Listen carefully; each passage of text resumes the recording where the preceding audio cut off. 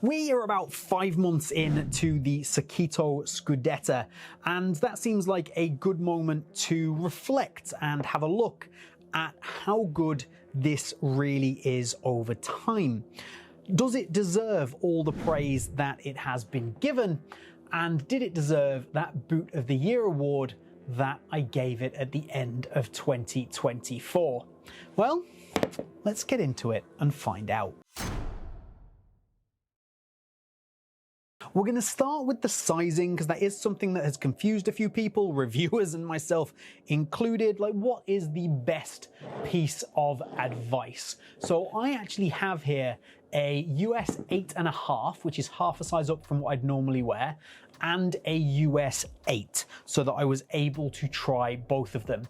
And unfortunately, what I can tell you is that this is slightly too long, and this is slightly too tight in terms of overall fit, even if the length is actually perfect. And a lot of this comes down to this very low volume toe box. Now, it makes for an absolutely wonderful fit, feel, and touch on the ball, but it really does kind of squeeze you in there a little bit unless you go up the half a size.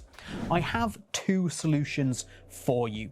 The first one, and the most straightforward one, is that I'm going to back up exactly what I said in my original review of these, which is go for the half size up. That is going to be the most comfortable way to wear these boots, and it does not affect performance in any way. The best thing for most people to do is to order these half a size up.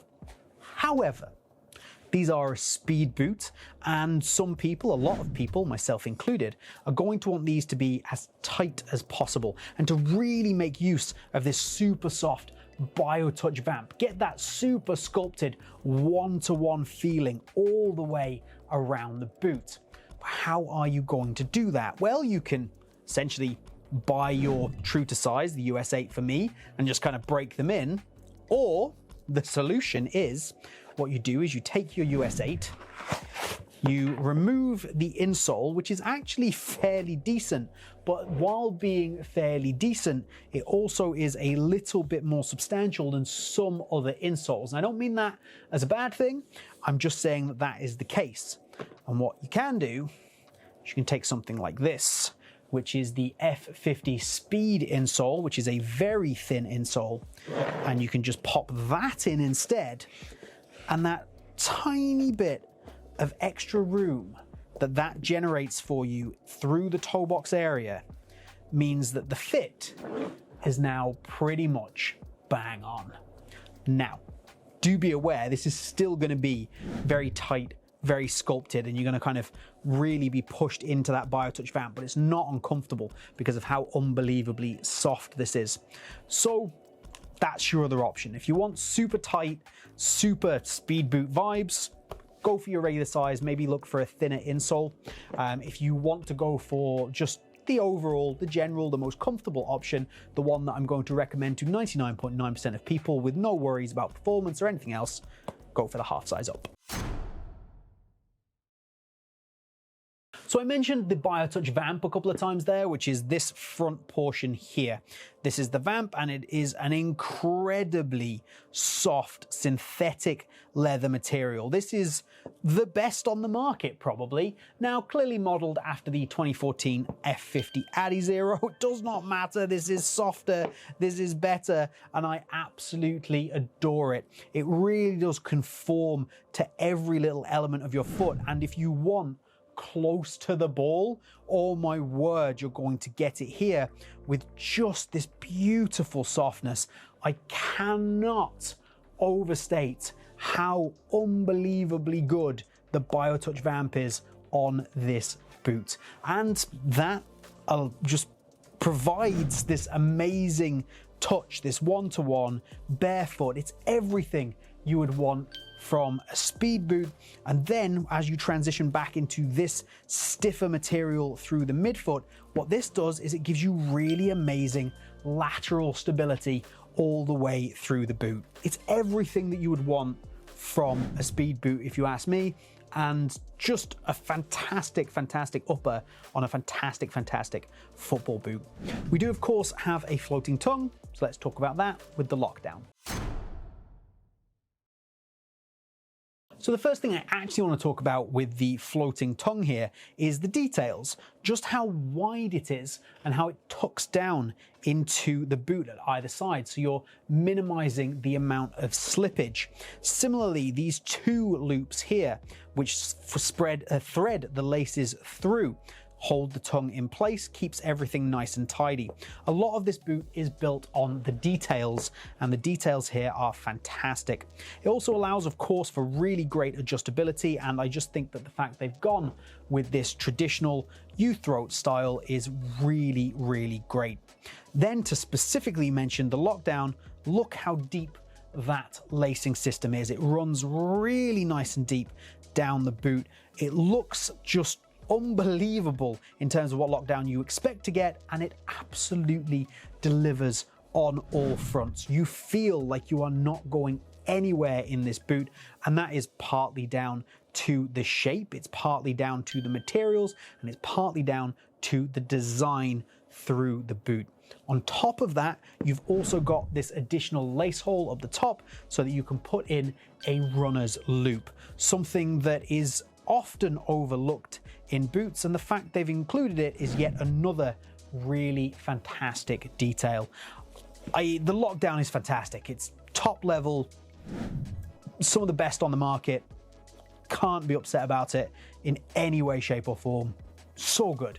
If you want great lockdown, yes. We of course can't talk about lockdown without talking about the heel, and the heel lockdown, which is again phenomenal.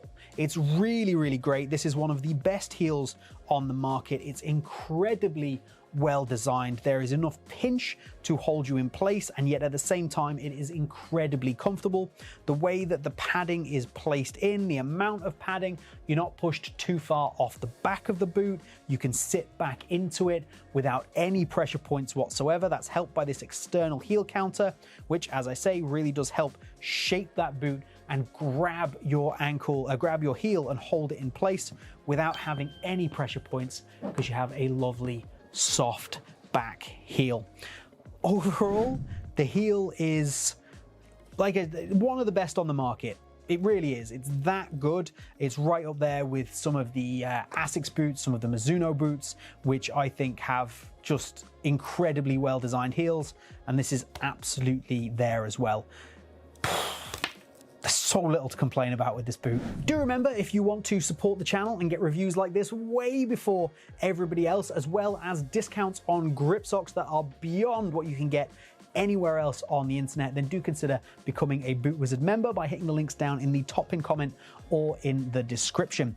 You can also grab some discount codes there, not as good as the member discounts, but some good discount codes down there as well for some of my favorite grip socks. Now, something we might want to complain about slightly comes in the outsole overall. Now, this is a very aggressive stud shape and stud pattern. That's completely fine. That's exactly what we're expecting from this boot, and the traction is absolutely exceptional.